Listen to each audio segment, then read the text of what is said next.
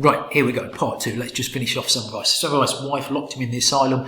It's all like a scam. He thinks he's going on holiday. He's not. Weiss is there. He inadvertently, probably, or maybe even on purpose, scratches his thumb on a rose bush, catches septicemia, and dies of the very disease he was trying to cure, this blood poisoning. His work, therefore, doesn't make it to England because he couldn't prove it, because he didn't know how it worked. Nobody really took it on, which is the greatest shame. However, just after this, of course, we get Louis Pasteur with germ theory, the final proof, if you like, that spontaneous generation is not true, that germs do cause things to go off. And we start to look at, particularly in Britain, through vets, like we talked about first of all, people like Tyndall and then Cheney, bringing those ideas into Britain. And let's look at what difference that makes. You can see here, this is all about this guy, Joseph Lister. Joseph Lister becomes the next big thing. He works in a hospital in Scotland. It's basically a maternity hospital. People are giving birth. People are dying because of that. What happens is he notices that around about where things are going wrong, this hospital actually stinks. I mean, it stinks. It's revolting because it's rotting flesh. There's people dying. There's kind of just organic matter going off. And it's vile. And a friend comes to visit him and says, "Oh my God, it stinks like the sewers in here. It stinks like the sewers."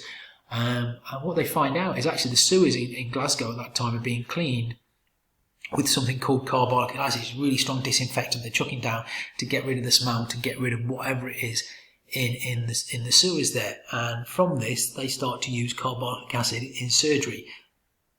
Now, source A clearly shows you the impact of carbolic acid in the hospitals where Joseph Lister is working.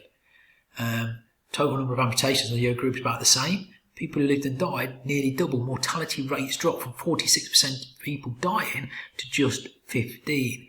And again, linked to the work of Pasteur because of germ theory. Is it useful? Yes, because it's useful to us to see that at this time when people started to combine the work of Pasteur in their operations, death rates will drop. It's very, very useful, but we need that contextual knowledge. We need the other knowledge of what was going on at that time to make it really useful, to corroborate, to back it up, to support it, whichever of those words you want to use.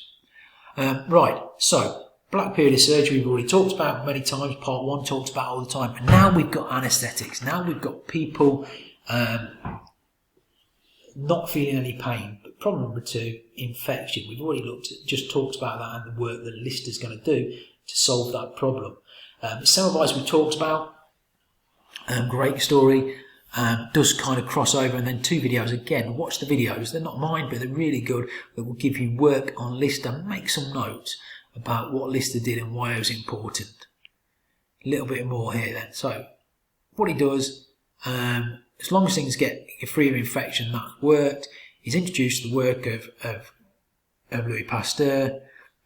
He asked Sanderson what would kill bacteria. Like I said, the story earlier, this Glasgow sewers to get rid of that stink, and so carbolic acid. What he does is creates, first of all, he's wiping things with carbolic acid, and everybody has to put it on. Remember, these still use their own clothes. The picture we went back to where that spray over the surgery with their own clothes, and of course a lot of surgeons don't like that. My clothes are getting ruined, my tools are getting ruined, my operating theatre is getting ruined, my nurse's hands are getting really sore and cracked, and it's all horrible. But he's got, look, it's proof. We killed the germs, people survived this surgery. We are saving lives.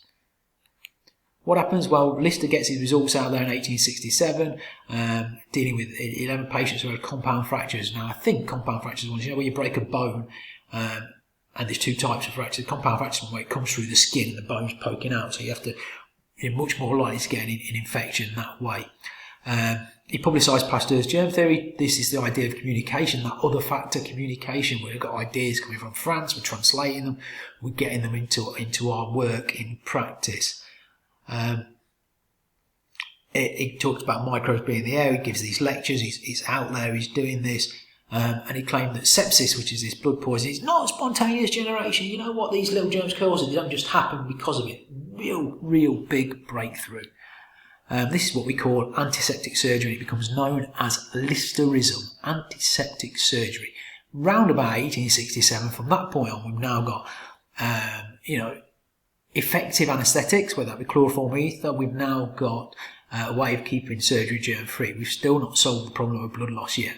That's going to come a little bit later. We don't do that till 1901, when a chap called Karl Landsteiner proves that there's different type of blood groups, which is an amazing breakthrough in itself, and puts together all that work that Harvey did way back in the 18th century.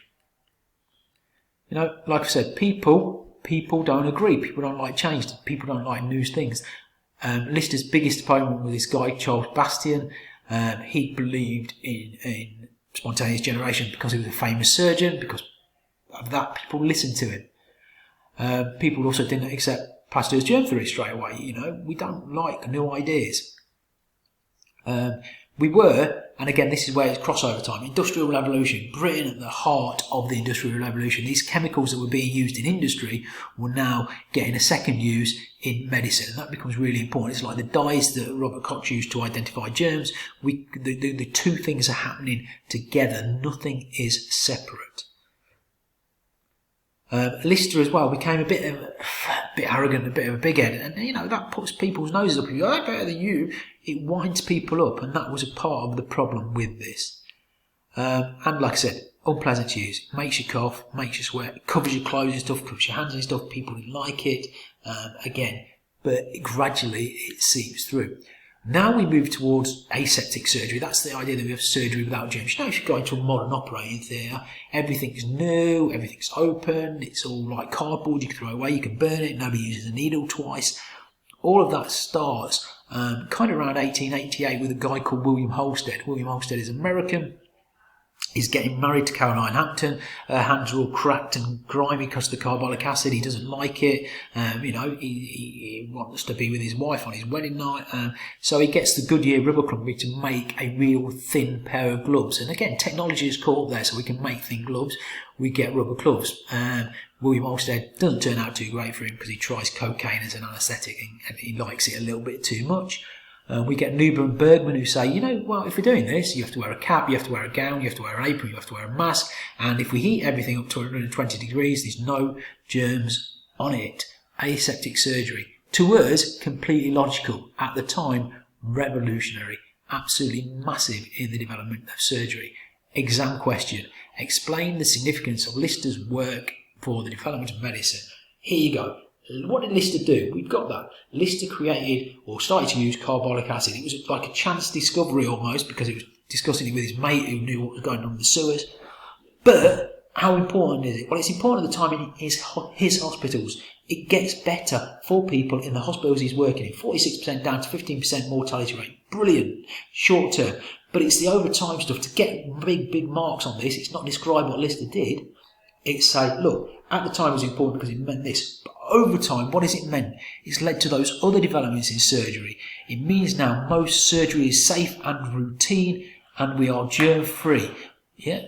What was it at the time? How did it get out? Think about that three-part answer. It was important right at the time, then it became more important, then it became even more important, as is the case with antiseptic or aseptic medicine. If it's other factors, it might become more important, less important. But in this one, it's how it remains important over time. Get some detail in there. Go back to the other slides, watch the videos, make sure you've got the notes. Mark Scheme says this, look, everybody should be aiming for level 3 on this. We should be getting 6 out of 8. A candidate, that's you, progresses from simple explanation of significance with developed reasons considering 2 or more aspects. 2 reasons it was significant, 2 things that made it significant at the time, over time. Was it more significant at one time than another? Is it more important at one time than another? Does it have a bigger impact at this point than at another impact? What else is causing that? Is it because the government's investing money? Is it because the work's getting out there through communication?